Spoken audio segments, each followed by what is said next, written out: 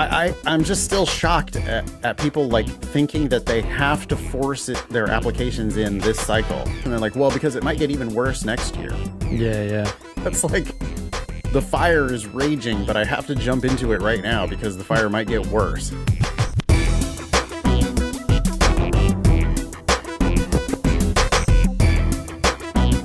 Hello and welcome to episode 530 of the Thinking LSAT podcast. I'm Nathan Fox. With me is Ben Olson. We are the co-founders of LSATdemon.com and the LSAT Demon Daily podcast. First item on the agenda, Ben, we touched on this real briefly last week, but LSAC has released their volume summary report. LSAC, by the way, that's the Law School Admission Council. It's a member organization made up of basically all the law schools. And they have released their volume summary report comparing applicants and applications. This was on, maybe it's been updated because this is on October 18th. And they're comparing this year to last year at the same time. Quick headline, applicants are up 31% from last year, which is up 65% compared to 2 years ago.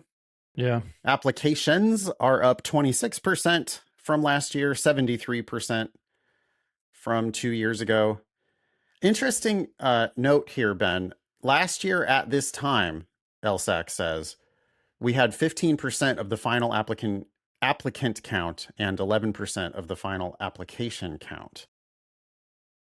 So it's still early days in terms of when most people actually apply to law school. Yeah, the vast majority. I mean, it's more than a super majority. It's 85% have yet to throw their hat into the ring. Yeah. And I don't think that that's true of our listeners, our students, like our acolytes, the people who have decided that they really want to do it our way, have applied already in September. Mm-hmm. That's what we prefer. You know, if Ben and I are your LSAT dads, and we're going to finance your law school journey, mm-hmm. we would require you to apply in September so that you can get some of those early season scholarship offers, which we have already seen some of those early season scholarship offers arriving. Yeah. But that's not what most people do. Most people do line up later in the cycle. Most people, right? Novices in this game are focused on application deadlines instead of focused on when does the application window open? Yeah. Cool. I mean, not cool for them that are doing it that way, because we think that if you apply early with your best LSAT score, that's how you get the best price on law school. Yeah. Go ahead. One thing that was interesting about these numbers is I was curious what the average number of applications each applicant was putting in. Yeah. Averages can be misleading, of course, but with about 15,000 people putting in 73,000 applications by this time, that's about 5 applications per person. That is going to go up because it seems like people drip in applications later, right? It could also go down on the theory that, you know, the people who really do it our way apply broadly early in the cycle. Mm-hmm. The people who do it the shitty way throw in one application at the end of the cycle. So on the theory that more savvy applicants apply earlier in the cycle, I wouldn't be surprised if there's a whole bunch of people, like, you know, for people who send in their first application in January, I bet that they apply to far fewer schools than the people who send in their first application in September. That's true. I guess I was just going based off the fact that they said, 15% of their applicants were in by this time, right, and only 11% of their applications. Right. So, yeah, maybe more. You're right. No, it is apparent that people do put in more applications. I mean, if you've already sent in at least one app, then you do have the opportunity to keep sending in more apps later in the cycle. So the applicant count doesn't go up. You're already an applicant. That makes sense. Yeah. Almost every school is seeing an increase in applications. Again, applications are up 26% so far. 11 law schools have seen a doubling in their applications at this point in the cycle. 42 law schools have seen a 50 to 99% increase in their applications this cycle. Wow. We have information about score bands. Yeah. Now remember, all applicants are up 31%. Mm-hmm. There's a even bigger increase in applicants from 175 to 180 on their Yeah. LSAT. There's a Yeah. 34% increase there. Hmm. But that's actually not true in the 170 to 174 score band. The 170 to 174 score band has applications up only 22% versus a 31% overall Wait, are those application increase. applications or just scores? No, those are applicants. Sorry, those are Applicants. Yeah, yeah, applicants. yeah. Okay. Yeah. Mm-hmm. Yep. Yeah. So 22% increase in 170 to 174 scoring applicants, Mm-hmm. 31% increase overall again. Yeah. Um, we will link to this report in the show notes. I'm not sure. It's probably like terrible podcasting for us to just like read numbers off of the sheet. We would definitely welcome your questions and comments. Just find us on thinkinglsat.com or on the socials at thinkinglsat and let us know if you have questions. We can dig back into it. Is there anything that you wanted to talk about specifically on this report before we moved on? No, I don't know how important this data is because it's so granular, but 177 scores are up 84%. Yeah, I mean, it's on a 178 real scores small are, sample, right? There were yeah. 79 of them last year, and there's 145 of them this year. Still, I mean, these high scores, right? People are hopefully taking our advice and taking the test multiple times. We also know people are getting accommodations. Who knows what the factors are, but yeah. I mean, it is interesting, right? 61 applicants with a 180 have already applied this cycle. Mm-hmm. And another 60 with a 179, and another 103 with a 178, and another 145 with a 177, and another 146 with a 176. Yeah. So, you know, add all that up and you've got over 500 people who have already applied with a 176 or higher. Mm-hmm. And again, that's probably only, well, last year at this time, there was 15% of the final applicant count. Yeah. So lots of people applying with lots of really high scores. God damn, man, we get emails. Well, maybe we'll cover it later in the show. Yeah. But I'm just still shocked at people like thinking that they have to force their applications in this cycle. Like, no, but I have to. Because they look at data like this and they're like, well, because it might get even worse next year. Yeah. That's like the fire is raging, but I have to jump into it right now because the fire might get worse. Mm-hmm. You know? Yeah. Instead of like, well, yeah, but it also could peter out. Yeah. And, you know, maybe you could just chill for a little bit because this is, I don't know, Ben, is this the most competitive cycle you've seen? I don't know, but it seems like it would be. I mean, the only other competitor would be 2008, right? 2009, sometime around right there. After the financial crisis when everybody tried to go hide out in law school. Right when we started our businesses back in the day. We started our businesses the worst possible time. I mean, we both went to law school around the worst possible time, right? Yeah. I went to law school in 2007, graduated in 2011. The job market was just garbage. Okay. Should we move on? Yeah. Last thought is, despite all these numbers, the most important number is your number. Yeah.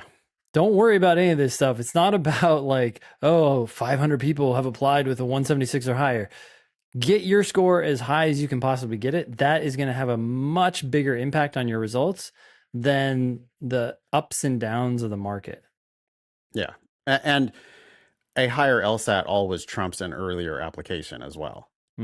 Don't rush in. Don't think that we're saying, well, oh, it's worth, I just better apply right now, even though my LSAT's not where I want it to be. That would be really stupid. You need to apply only once you have your highest LSAT. Once your high LSAT on record shows your true potential, that's when you can apply. And we would always prefer that you just wait until the next September to apply, because why wouldn't you be first in line?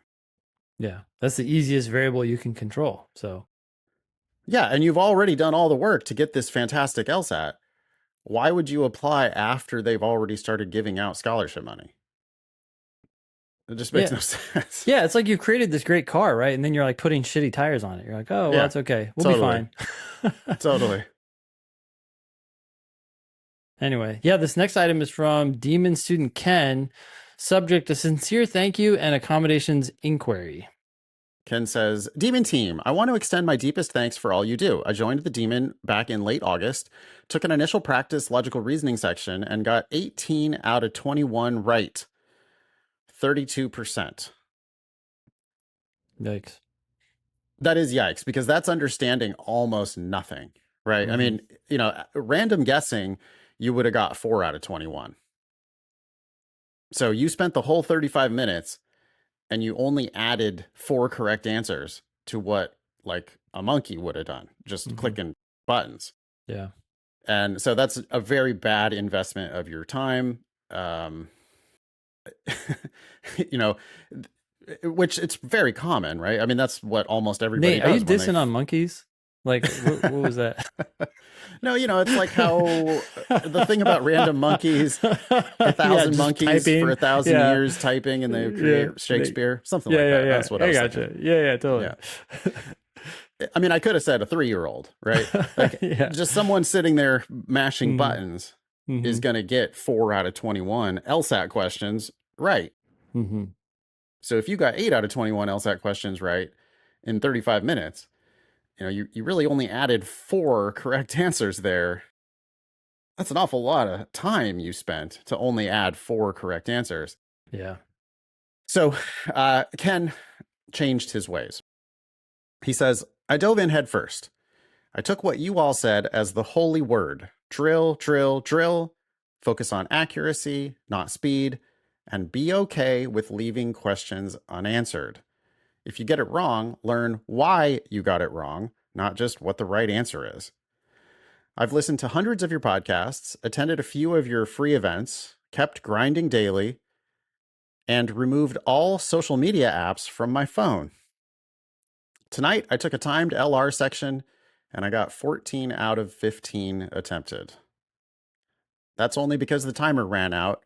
I went to that last question, selected the answer I was considering, and got that right as well. I was actually really confused because I didn't see the red and blue colors. LOL. When you get them all right, it's just a straight line of black. I'm not sure about the blue. Oh, yeah, the blue shows up because it's like, hey, you need to add this to your review inbox because you got it wrong. So when you get questions wrong, you see red and blue.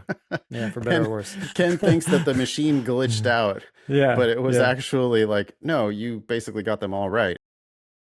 The conclusion here is that your process works. I know you know that, but I wanted to say it for myself. Did I mention that this is all on your free plan? Wow. Okay. I recently found out that you all do a military discount, and I'm going to upgrade for my final push for the January LSAT. Yeah, that's 20% off any plan. It's even better than that for service to school members. We do 25% off for service to school members. My question to you is, I remember a while back you did a podcast on accommodations and how easy they are to get. I have documented severe PTSD and anxiety. Do you think this would be enough to get some accommodations? Ben is nodding. Yes. That's just yes. Like 100%. Yeah, there's no there. If you send a doctor's note that says severe PTSD and anxiety, you will be accommodated. All you have to do is tell them how much additional time you want. The minimum additional time they can give you, by the way, is time and a half. But if you ask for double time, you're going to get double time. Ken continues, I tend to be a below average by speed reader. However, I believe with my accuracy now, because of you, I can leverage if I can leverage having more time, I could get into the 170s. Keep doing what you're doing, respectfully, Ken. Advice for Ken? Yeah, you can get accommodations. Yes, you will likely bring your score up because of that and because of what you're doing, right? It's the combination of those two things, focusing on accuracy and having more time. Whether that's fair or not for other people, we have no idea, but I'm glad that you can get what you need to help you with your PTSD and anxiety. So Just be careful what you wish for. I have heard people complain. It's kind of funny. People find a reason to complain about anything, right? sure. But people complain that because they got extra time, now the testing day is really long for them. hmm Okay, well, I need my sorry. snacks or something. What do you want to do? Yeah. You're allowed a break. I mean, you can have your snacks at the break. I don't know. And I think people do need a little bit of perspective, right? The normal test is 4 times 35 minutes plus a 10-minute break. It adds hmm up to 2.5 hours. Yep. Okay. So, uh, a time and a half student is going to be, what's that? A little south of 4 hours. 4 hours. Yeah. And if you're a double time student, it's going to be 5 hours. hmm Okay. That's half a day for a lawyer. Yeah. Maybe half a day, right? That's if Yep. you're getting double time. It's maybe half a day for a lawyer. So you can do it. You're going to be sitting in a padded chair, probably in a climate controlled environment. You can handle it. hmm But, I guess I would encourage Ken to practice maybe before making the accommodations request.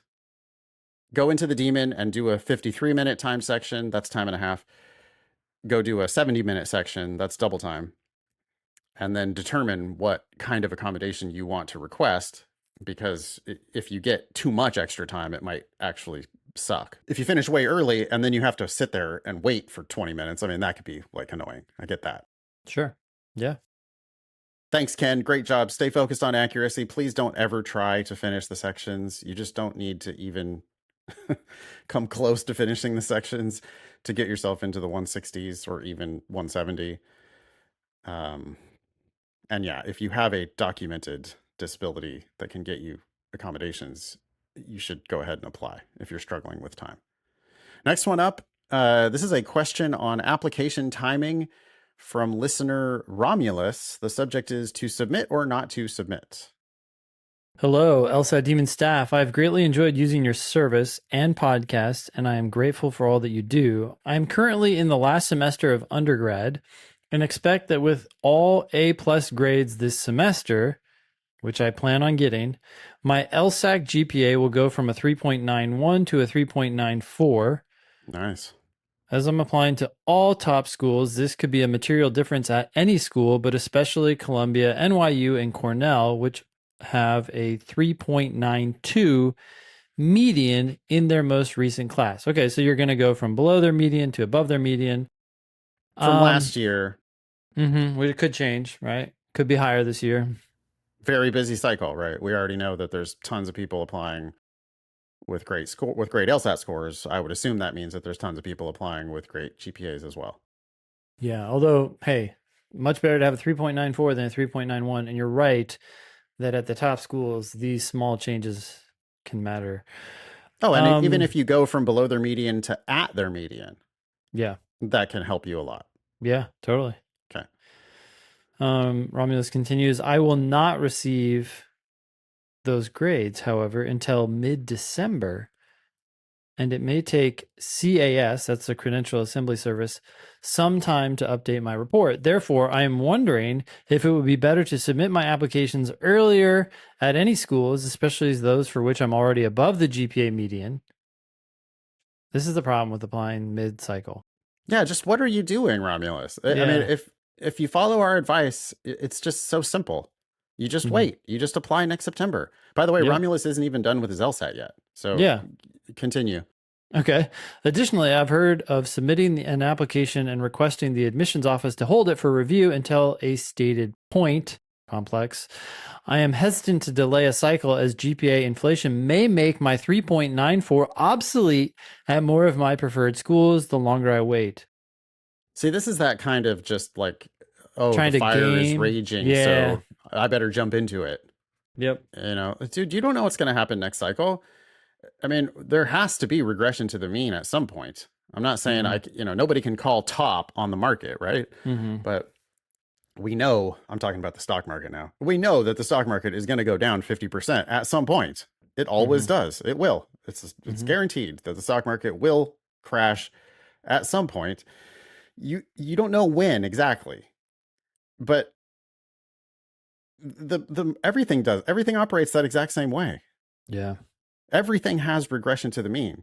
So you can't just project like, oh yeah, it's just rampant grade inflation and it's going to just get worse and worse and worse forever. This cycle, as far as we know, is the busiest cycle ever. I mean, maybe 2008 was worse, but there's ups and Yeah. downs in the market. And the most important part is, Romulus, you're not ready.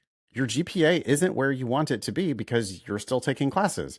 Your LSAT isn't where you want it to be because you're still taking the LSAT. So this is just Yeah. 100% slam dunk. Wait and apply next September. Well, here's another thing. Romulus says, I'm currently in the last semester of undergrad. So it sounds like you can graduate this semester. Great. But hey, are you getting A pluses this semester? Can you do that again next Yeah, semester? I true. don't know Yeah, if you it's don't even worth have the to graduate. cost, Well, it would be if you but go go for to one a more community semester. college. We really need to do our PSA, by the way, on community Yeah. colleges that offer A pluses. I've seen this on our teacher Slack already. I'm surprised it hasn't made it to our podcast agenda yet, but we have a list. We're building up a database of Mm-hmm. community colleges that offer A pluses. And Yeah. I believe that they also offer online classes. So, Yeah. Romulus, if you really want to invest here, you could, and it probably wouldn't cost that much money to go take a couple of online classes, just something you're interested in, really excel, raise that GPA even higher than your 3.94. Yeah. And that's gonna go up higher faster than the market is gonna change. Right. The market Yeah, might cuz change, but it's weighed down by lots and lots and lots of people. So okay. Um anyways, Romulus continues. My current score on file.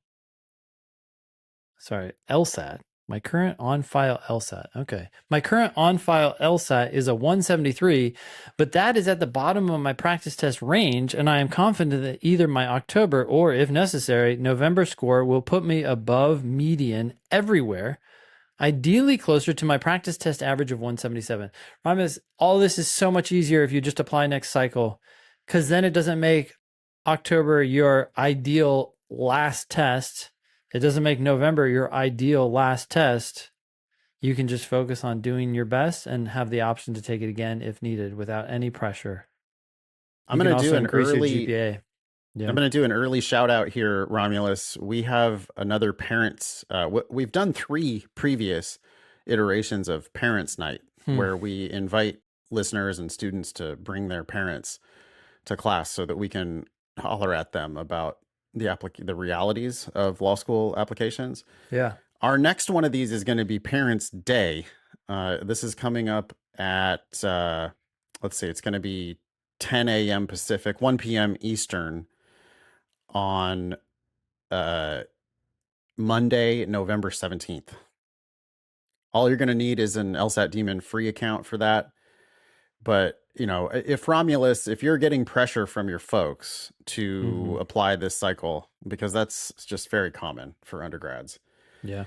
please wait another cycle and bring your bring your parents to that Parents' Day, Mm-hmm. and we will tell it to their face that you, Romulus, are not. You're just exactly the type of person who you're going to be a stellar, kick-ass, like 99th percentile applicant next Mm-hmm. September. Yeah.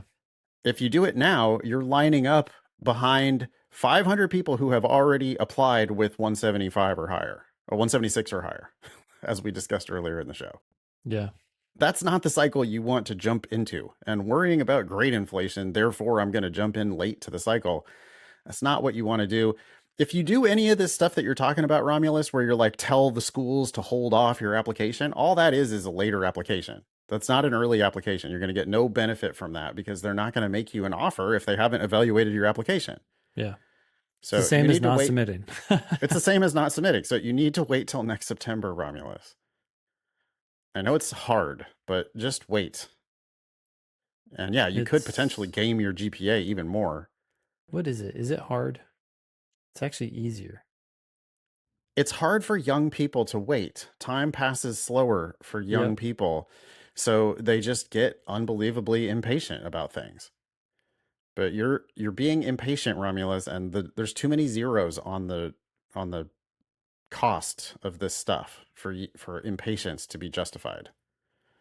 You need to wait till Yep. next September. If you do it our way, Romulus, if you apply to 15 schools September 1st of next year, I think you're going to have already some really attractive offers in hand by this point next cycle. Maybe not at Harvard, Yale, Stanford, because they don't actually evaluate any applications yet at this point in the cycle. But depending on what kind of a spectrum of schools you apply to, I'd be kind of surprised if there's not at least one school out there already offering you something really generous at this time next year. Mm-hmm. Thank you, Romulus. And please do, don't settle for a shitty LSAT. If you've got a practice test average of 177, Yeah. and it seems like you've taken it, well, maybe just once. Yeah. You're saying October and if necessary, November. No, take October, take November, also take January, and I think February. February or March. Yeah. I mean, any It's not, test there's in no there. March. Yeah. I think it's February and April this year. Okay. But, like exhaust all 5 of your attempts because schools are only going to care about your highest score. Now, the second you get that 177 or whatever it is or higher, okay, you could declare victory if you want. Yeah. But man, if you score 174 in October and 175 in November, you're crazy for not taking it again. Yeah. And that's what's going to happen if you insist on applying this cycle. Yeah. To give you some perspective, the fees at law schools range from anywhere from $0, but that's pretty rare, to $5,000, $8,000. I mean, those are some crazy fees. I would say the average is around $2,000. But the point is that one more test is 1/10 of the cost of typical fees at law Just schools. the fees. Yeah, just the Just fees. the I'm not fees. talking about tuition. Yeah. Just the so-called fees, whatever the fuck that is. Yeah. Yeah. No, people regularly graduate from law school with $250,000 in debt. And it's largely optional because most people don't pay whatever the sticker tuition is. Mm-hmm. You need to apply broadly because that's the only way to even find out what the prices that are available are. Mm-hmm. Okay, Romulus, write us back. Let us know if you followed our advice or not. Or not. Yeah. You want to do these announcements? Yeah. We do want to thank everyone who joined us at the New York LSAC Forum. There was Abigail, Damon, Billy, and Sean all holding down the fort there. As we always see, it looks like a party. I kind of wish I'd been in New York on that day, actually. Although going to these events is exhausting. I went to one in DC and I just couldn't stop talking because people just continually have questions. They come up, they want to talk about LSAT, they want to talk about law school, they want to talk about whatever. So Abigail, Damon, Billy, Sean, thank you. I don't know how you're holding up, but it is. They're not holding up well. It sounds like Abigail caught the flu. I mean, that's not great. surprising. I think she shook like 500 hands or more at that thing. So yeah, she got sick. Sorry about that. But yeah, great job to the team. Yeah, the next one is on November 7th. Well, that's not an LSAC forum, actually. We'll be at the Phi Alpha Delta pre-law conference at the Hilton Alexandria Mark Center. That's not surprisingly in Alexandria, Virginia. That is close to me, so maybe I'll be able to make it over there. That's Friday. A cameo. Yeah, Friday, November 7th. The expo starts at 10 a.m. The first 200 students to get there come to our booth and talk to us, get a free copy of the LSAT is easy. Yeah. You could do a Brian Cranston. What's that? You know who Brian Cranston is? Yeah, he's the actor in Breaking Bad and so forth. Yep. He went to Comic-Con in San Diego with a mask of Brian Cranston over his face. Oh, so people just thought he was a fanboy. Yeah. You should do a mask of Ben Olsen and go to the. Yeah, since those don't exist, yeah, that's going to be interesting. But I'll try.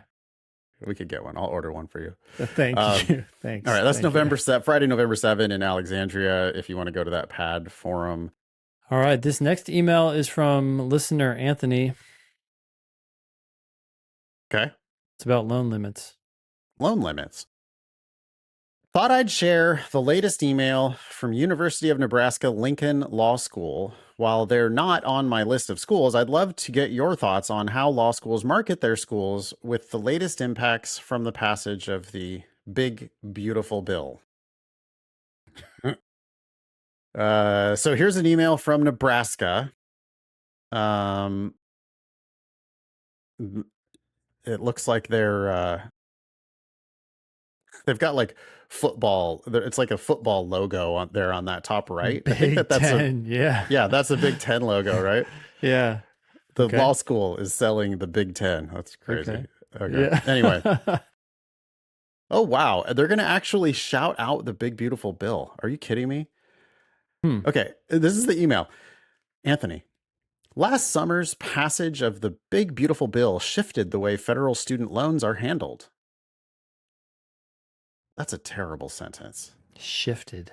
Well, also, the subject of the sentence is the passage of the bill. Yeah. Yeah. Why not What did just say the passage bill? of the bill? Yeah, the bill did it. Not the passage of the bill. It's the bill that did it. Mm-hmm.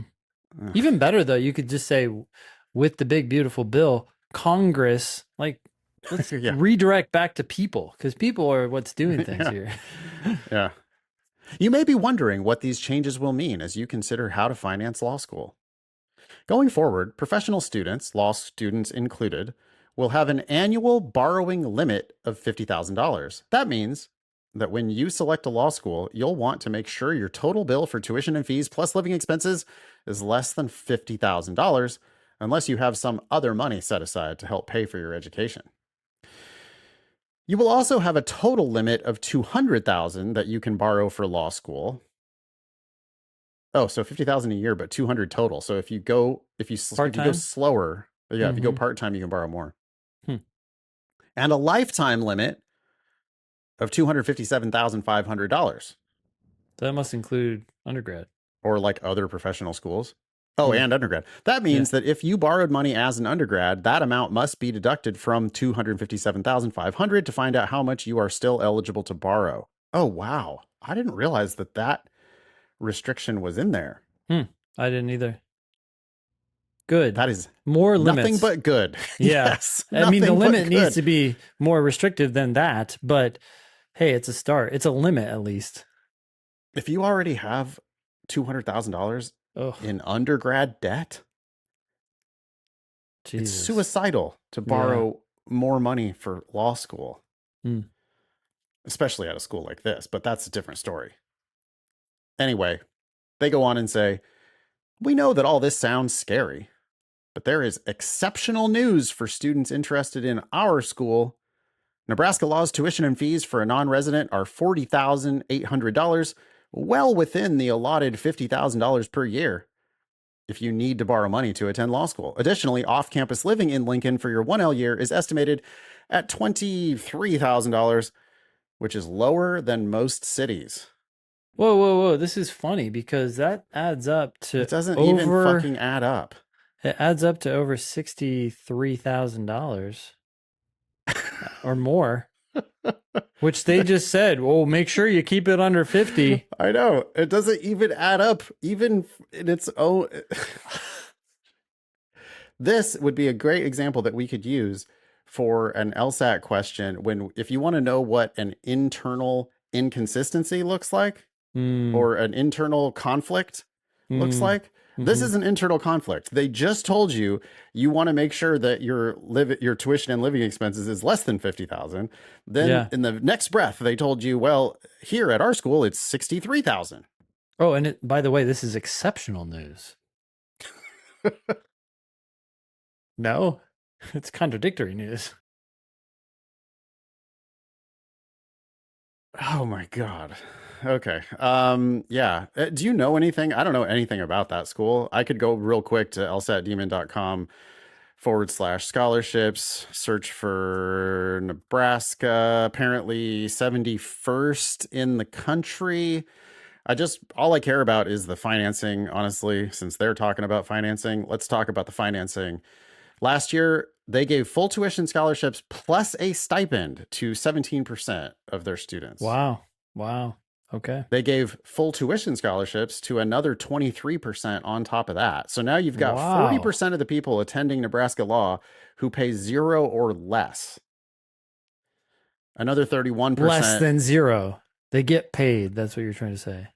Well, some of them pay 0 because those are the ones that are getting a full tuition scholarship. But you said 0 or less. I said they pay 0 or less. Yeah. So I just wanted to clarify for everybody. No. That means they got paid. Yeah. Less than 0 means they got money. Got a stipend, yes. Another 31% got more than 50% off. You add those numbers up, and it's unbelievable, really, except that it's not, because we've been doing this for so long. You consider they're talking out of both sides of their mouths, right? I mean, Who is this email targeted to? Because the truth is, 71% of the people who go to this law school last year, 71% of the people who went to this law school paid less than 50% of their nominal tuition. The tuition is fake, is what I'm saying. Only 15%. By the way, what's that? What are the fees? Just curious. Oh, just $3,500. Okay. Yeah.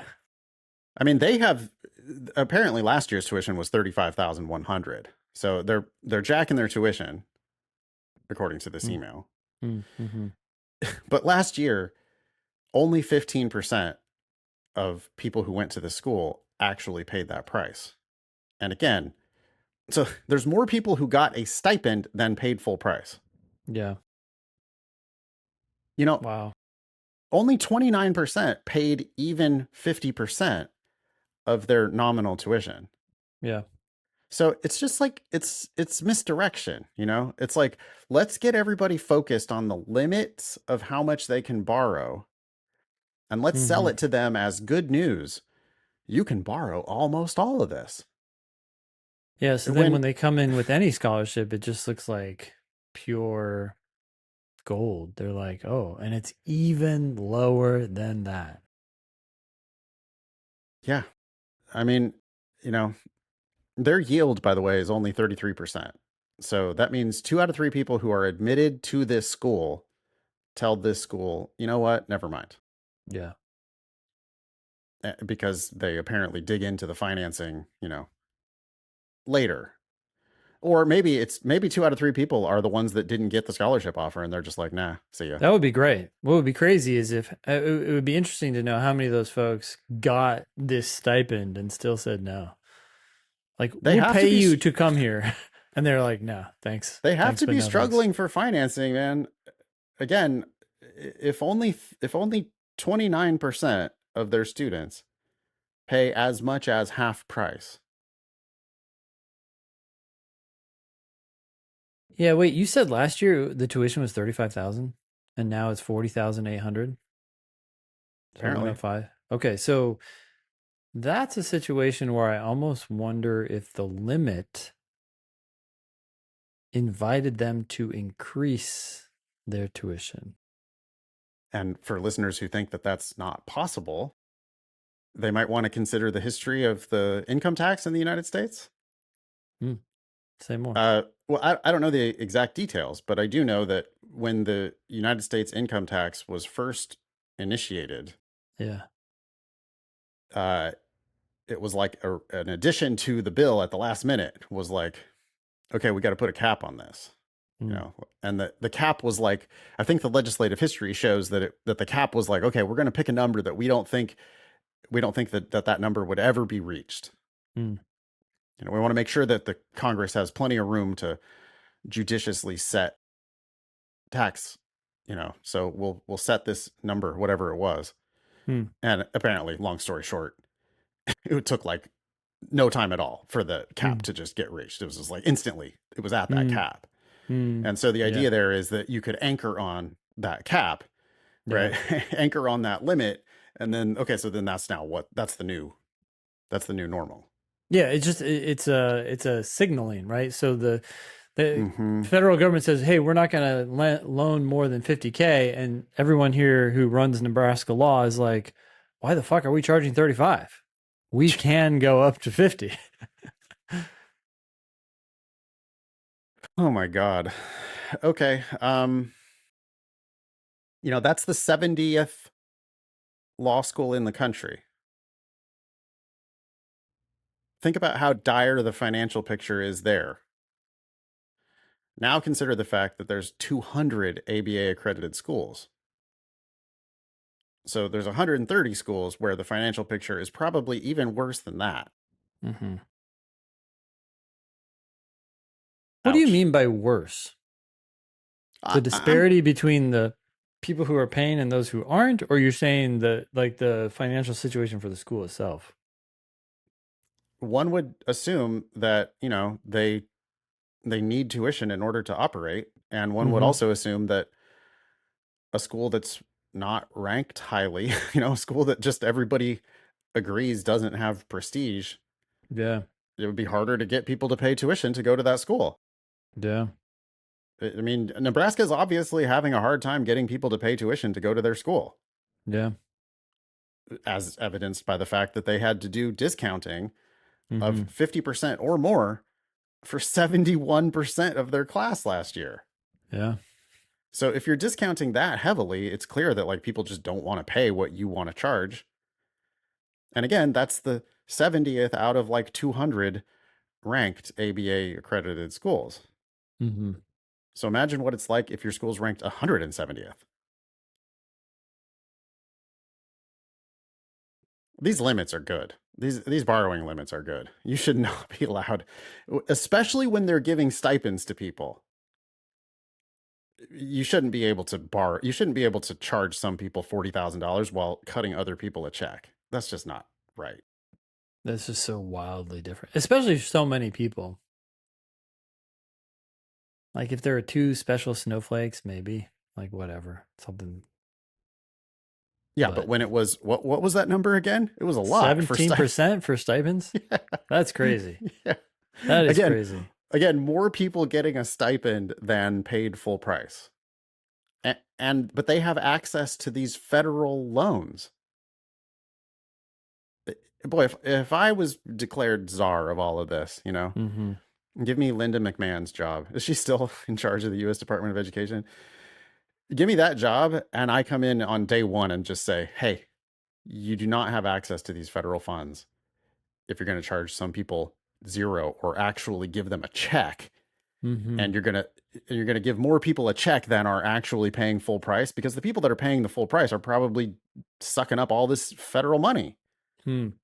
It's a Yeah. transfer. So maybe they shouldn't have a cap. Maybe they need, well, they might need a cap as well, but instead of having a cap, just have a spread limit. Sure. I mean, It can my only simple be thing would be 10% transparent. difference. Sure, fine. I would Yeah. like 0% difference. Why not just have transparent pricing where Mm-hmm. this is the price, that's what everybody actually pays. And if that's not the case at your school, then you don't have access to these federal funds. Yeah. Like, you never stop talking about justice and access and all that stuff. Okay, well then charge fair pricing instead of operating a regressive cross subsidy from the poor to the rich Well, via yeah. the So they, student they need loans. to disclose exactly what they're charging and the socioeconomic status of each of those individuals. That would be Yeah. And that if would you be don't want to do wild. that, you could just charge everybody the same price. Mm-hmm. Your But choice. that's not what they're going to do, though. I mean, and like that would require action. Either, I suppose, it could be done administratively. Mm-hmm. Somebody needs to send this to the to the White House. Uh, I guess Trump likes pissing off schools. You want to piss off all the law schools all at once? Mm-hmm. Okay, institute this plan. But I think that this plan might actually be good for them in the long run, because then instead of having to fall all over themselves competing for the best applicants with scholarship dollars, they would just have a price and they would be able to compete on like actual student outcomes. Hmm. Yeah, I wonder what happens. I wonder where the money would go. Oh, we have this cheap housing. For you, but not you.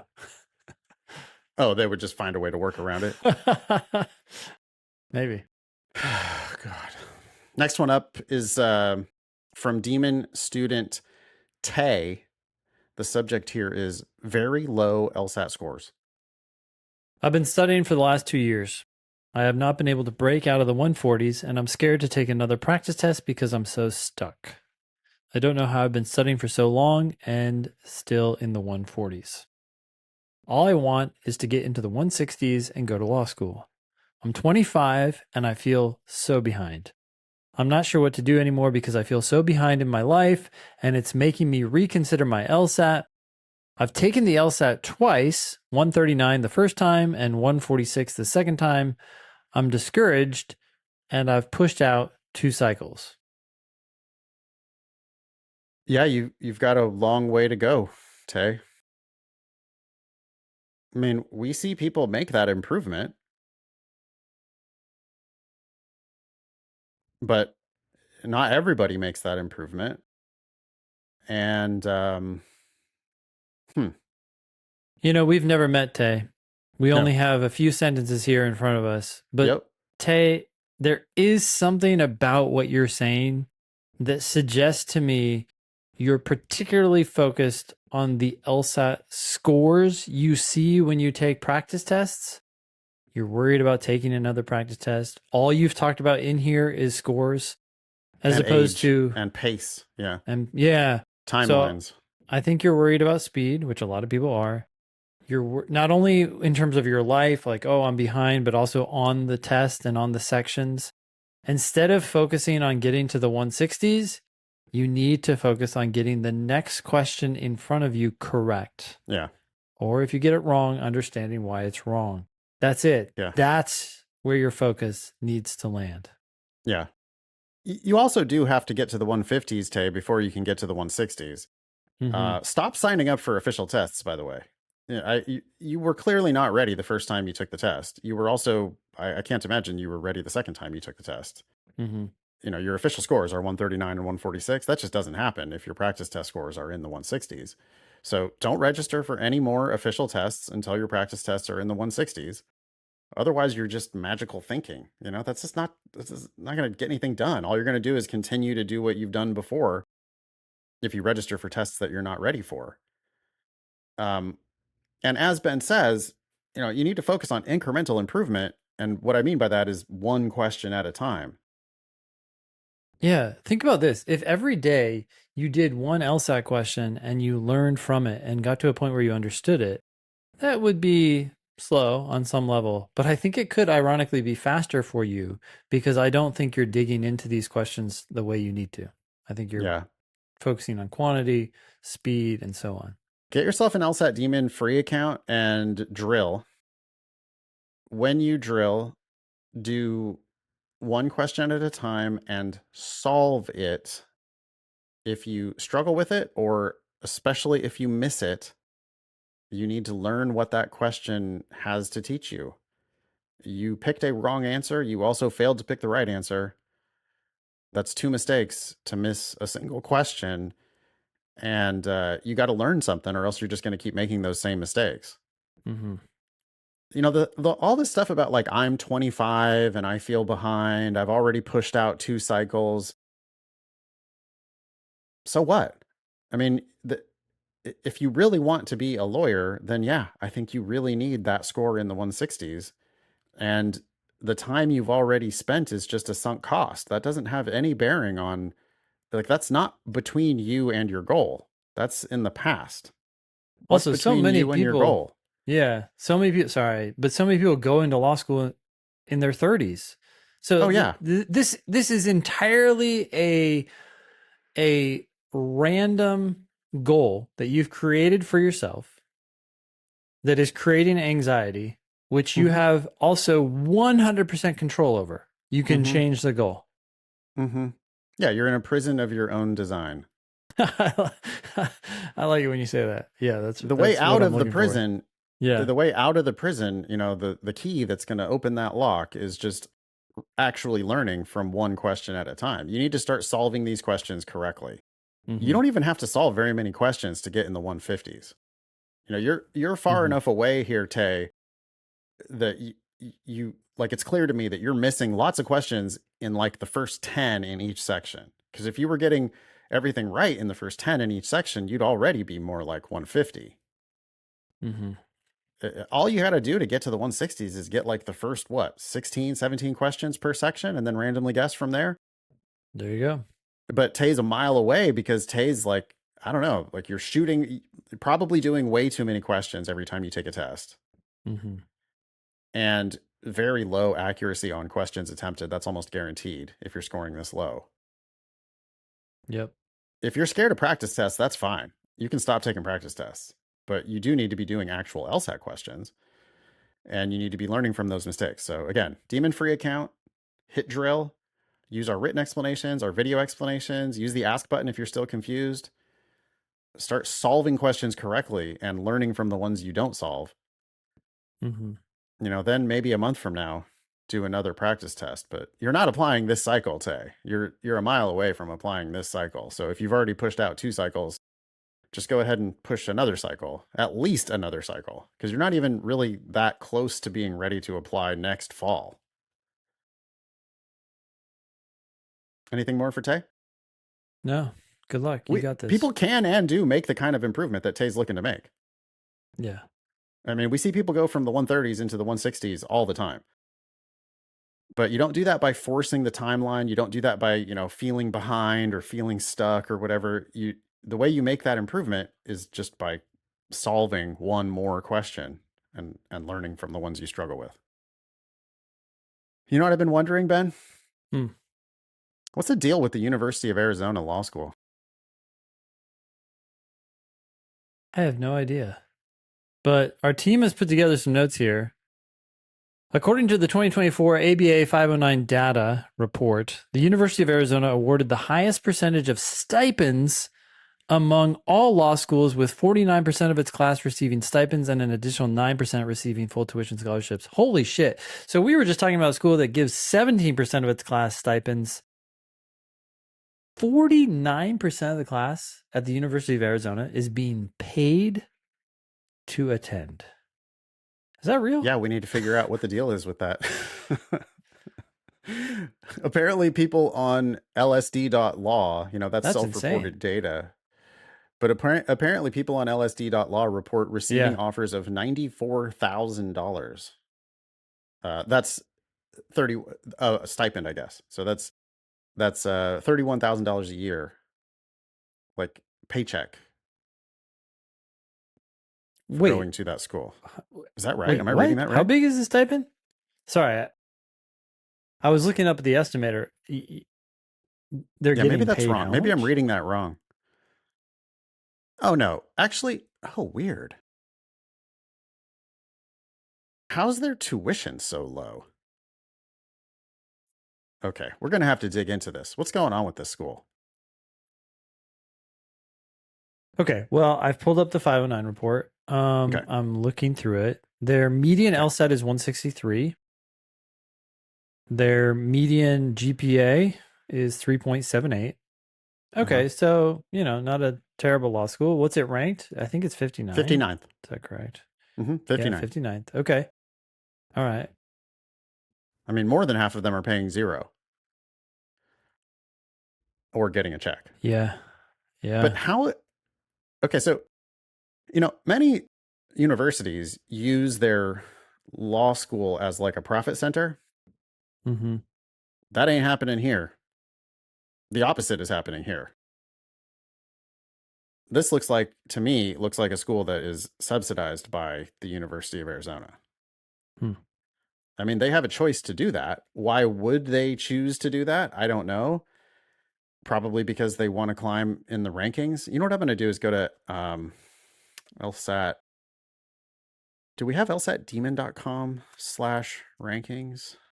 We do. Yes, we do. Okay, so I'm going to go to lsatdemon.com/rankings because I want to dig into the historical rankings of this school. I'll just compare Arizona and Arizona State here and see how these rankings have changed over time. I mean, a school that's giving that many stipends, I would expect that their ranking would rise. Yeah.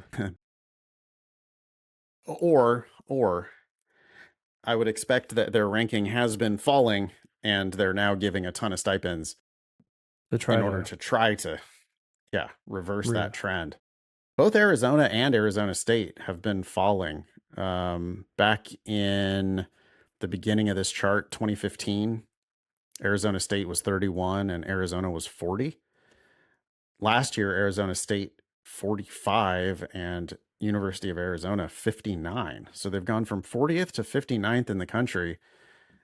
This is the type of thing that you would do to make a 1-year splash to like really reverse your terrible your decline in law school rankings. Yeah, because you're going to lose money doing this, but you're trying to preserve the school brand reputation for the long run by bringing your score back or your ranking back up. Yeah, I mean, University of Arizona on their 509 is showing $25,000 resident tuition plus $118 in fees. Non-resident is only $29,800 with $118 in fees. I mean, that's like half the tuition that many other law schools charge. And then look at the 75th percentile grant amount. It's 29,000. The Yeah, 20 because the 75th percentile grant amount is higher than the tuition. yeah, that's how you get to 49% of the people getting a stipend. Yeah. I mean, the math on that is fairly straightforward.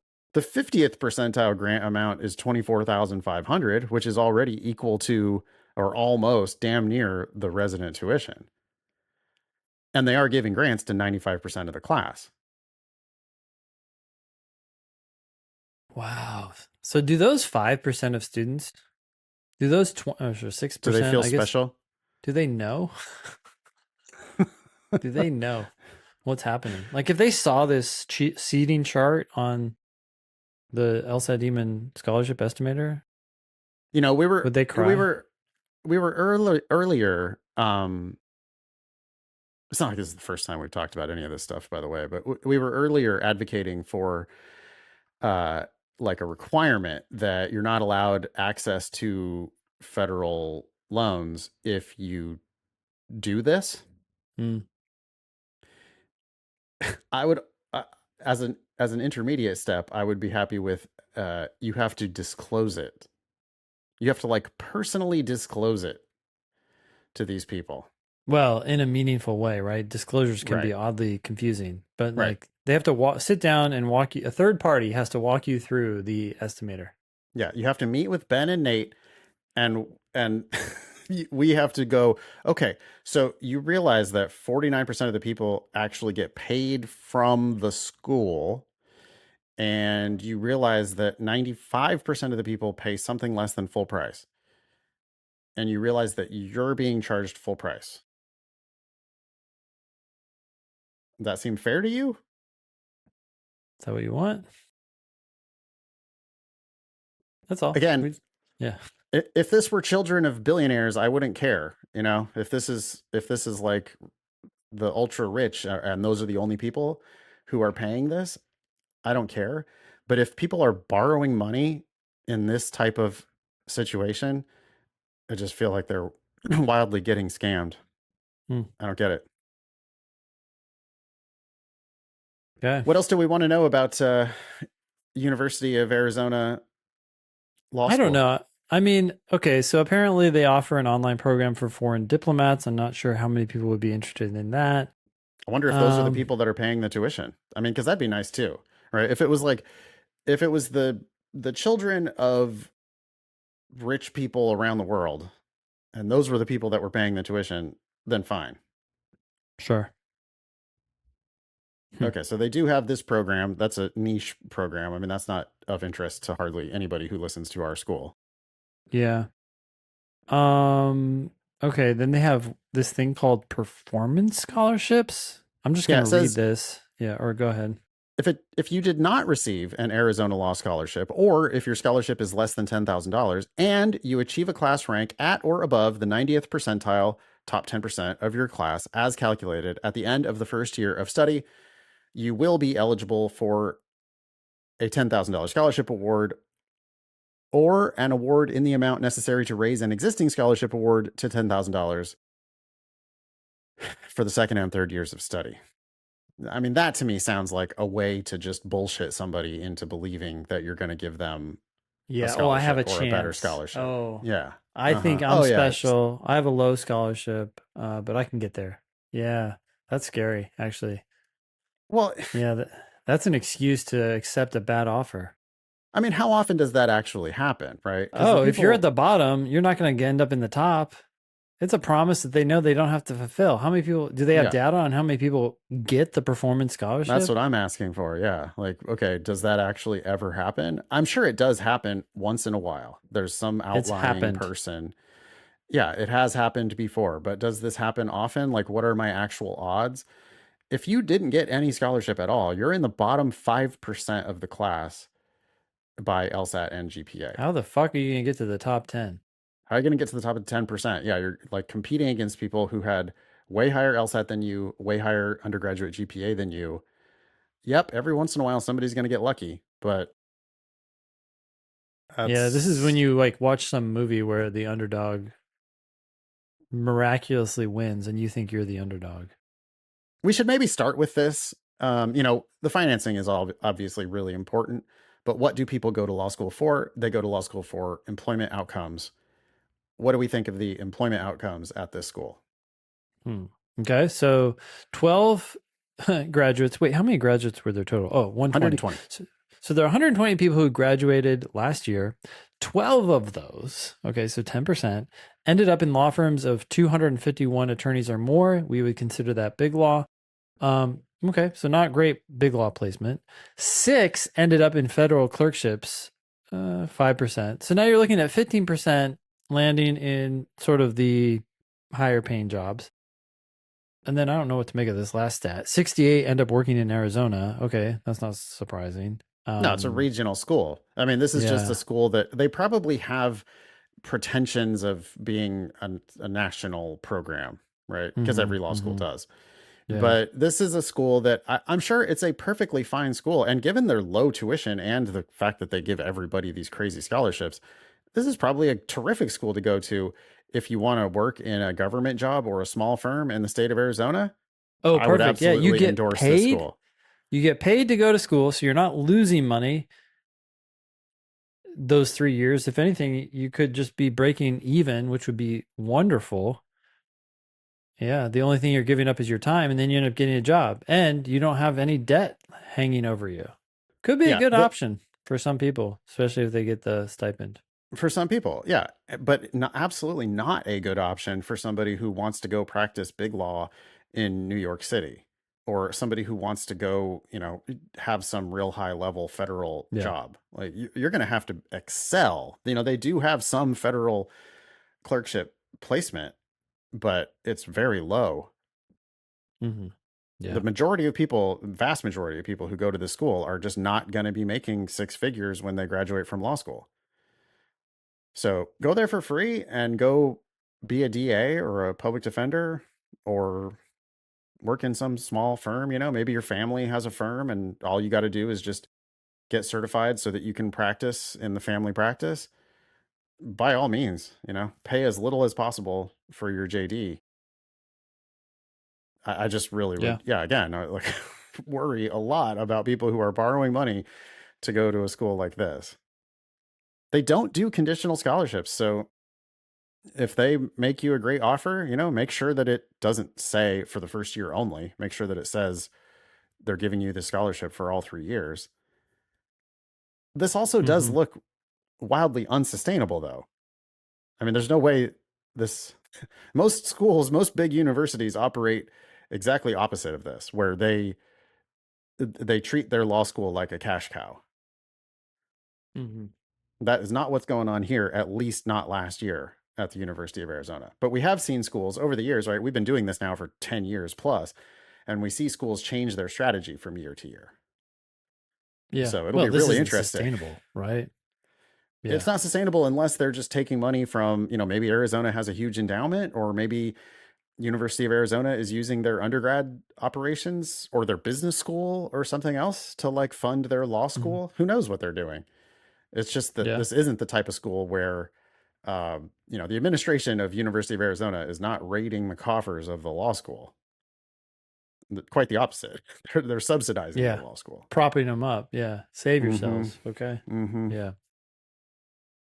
Okay, that's the deal with University of Arizona Law. All Personal right. statement So gong we're show moving. time. Yep. We're declaring today the first day of season 2 of the personal statement gong show. Noah, he's the winner of the first season because we made it all the way through his entire personal statement. Mm. So he's the winner, and we're moving on. Reboot season 2. First candidate is Umang. If you would like to be a contestant on the show, by the way, just email your personal statement as a PDF only. We want to see what it's going to look like the final version. We want to see the spacing, the layout, headers. We want to see everything. Send it as a PDF to help@thinkinglsat.com if you would like to compete. Let's see how far we make it through Umang's personal statement before we ring the gong. You want to read it? Sure. First impressions. I haven't read anything yet. The font size looks good. The fact that it's a serif font looks good. The double space and indented paragraphs look good. I'm not excited about the page numbers. This document's going to be 1, 2 pages at most, so you don't need page numbers. I'm not excited about the format of name, LSAC ID, and personal statement all crunched together on the Well, why does that right side. header? Yeah, the header takes up like 4 total lines because Yeah. there's a page number, then a space, then the name and personal statement are on 2 separate lines. The ones that look good are just like it's all right across the So, top, one yep. line. Left aligned, centered, and right aligned information.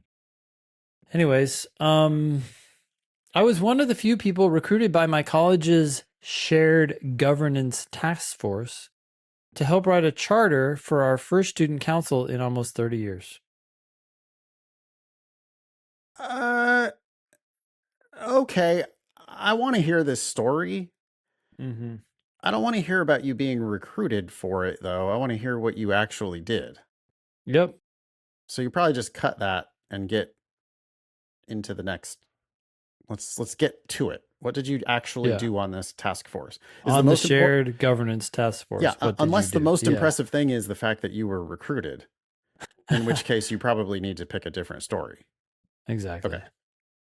Next sentence. Before then, Bennington was the only higher education institution in New England without a student council or government. Who cares? What? Who cares? Okay. Do you care? I don't like. No, I don't. I don't think too much of student council and student government. I mean, sorry, I just offended like a whole bunch of our listeners, but uh, what is it? I don't like.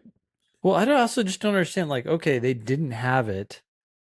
That's a point in your favor. That makes me like you more. Like, Right. Yeah. I want to know what you did on this task force. Right. You continue. Third sentence. This was bad for our accreditation, but it was also causing practical issues. Vague, conclusory statement. Well, it's just a complaint as well. It's like, okay, so the school, Bennington, didn't have a student council. Yeah. And what did you do about it? I understand that you Yeah. were recruited to be on the student council, but I'm not that interested in the fact that they didn't previously have a student council Mm-hmm. or that it was causing practical issues. Who gives a shit? I'm not here to learn about the need for a student council. I'm here to learn Mm-hmm. about you. What did you do on the council? Yeah. Students needed a forum to discuss their issues and propose solutions. Blah, blah, blah. Next sentence. Senior leadership needed a representative group to consult on major decisions to catch and prevent potential miscommunication. Vague. I'm about to ring the gong, I think. Yeah. And hopefully, building a culture of engaged student democracy would, M dash, in keeping with the college's Deweyite roots, teach us something about good citizenship. Okay. It did, at least for me. cut the whole first paragraph. Like Yeah. I'm Bye. beyond disinterested in Yeah. that. I like all I have learned is what you told me in the first sentence. Oh my God. Look at the next sentence, dude. This is not good. Yeah. And by the way, this is super common. So almost everyone should delete their first paragraph, if not more. Yeah. Second paragraph, after helping to draft the charter, I quit the task force to participate in the process directly. So What do you your mean? whole first paragraph was about you getting recruited to this task force, and now we learned that you actually quit it. That's not you winning on the task force. So why Yeah, do that we makes even me know think you about did that? nothing on the task force. Yeah, we're Yeah. cut the task force. Don't care. All right. So Yep. now you quit the task force. Great, cut that too. So what did you actually do? Yeah. When the elections were held, I announced my candidacy to my friends, my dorm, all my classes, and everyone else who would listen. So you ran for I'm student council. I'm really close to being done here. Well, let's say My we're done. I I my mean goal was because to win? No shit. yeah, you Okay. ran for okay, gong. That's it. All right. That was 1, 2, 3, 4, 5, 6, 7, 8, 9, 10, 11 lines. Umang, thank you very much. And please do consider resubmitting. But if you're going to resubmit, you got to get to you doing something. And, Yeah. just you running for student government. Announcing your candidacy. Anyone can do that. We're halfway through. We're halfway through. You only have 2 pages. We're halfway through the first page, and you're running for student government. I mean, actually, you're announcing your candidacy that you're running for student You government. haven't even gone through the campaign. I don't know if you won. I don't know if you, I don't. And by the way, I also don't give a shit about you running for student government. I want to know what you actually Yeah. did once you were on student government. 11 lines. Thank you, Umang, for playing. Please do again. Please resubmit. You're welcome to put yourself back in the hopper. Just email that PDF to help@thinkinglsat.com. I hope all of our listeners take this one piece of advice that we've offered to like at least half of the contestants on the Personal Statement Gong Show. Get to the damn point. Like, cut your first paragraph. I promise you, none of that introduction needs to be there. You need to get in there and be doing something. Okay, the word of the week is impervious. And I'll give you an example of what impervious means. The final boss of the level was impervious to our attacks until our bard played the whatever. You get the point. If what was it? The final boss was impervious. The final boss was impervious to our attacks. Yes. There you go. Okay, so the final boss was, I want to say unaffected, but not unharmed, not susceptible, things like that to your attacks. Impervious. Apparently, so the example which we can't use on the podcast here was from a real reading comprehension question. But apparently there were 5 different tickets from students who were asking about the meaning of that word impervious. And yeah, that was from not only that, but we've got that as, is that the name of the question or is that the name of the passage? No, at least the name of the question. Or oh no, sorry, that's the name of the explanation is impervious plants. I see. Okay. But people apparently don't know what impervious means. But yeah, impervious means can't be damaged. Okay. Should we look up the definition? Yeah. Merriam-Webster says not allowing entrance or passage, so impenetrable. Okay. That's definition 1A. Definition 1B, not capable of being damaged or harmed. So that's the one I was thinking about, but there is more here. Yeah. There's even a second definition, which is not capable of being affected or disturbed. impervious to criticism. It's important for people to realize that words change their meaning over time as people change the way they use that word. And dictionaries are descriptive, not prescriptive. They're telling you how people use a word. They're not telling you, like, here's what the word means now and forever. So that's why words tend to have multiple definitions. And it's always like, yeah, the word has meaning, but you also need to look at how the word is being used in context to figure out what they mean that time. Great.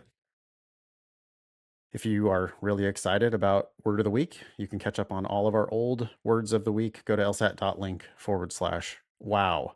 You can be LSAT famous by asking us questions or sharing news with us on our website, thinkinglsat.com, or on the socials at LSATdemon. If you have questions about the LSAT Demon, you can email help@lsatdemon.com. Please check out our other podcast, which is LSAT Demon Daily. That comes out at least 5 days a week. I think maybe 6 days a week. That was episode 530 of the Thinking LSAT podcast. Thanks all y'all for listening. Nice knowing you. Don't pay for law school.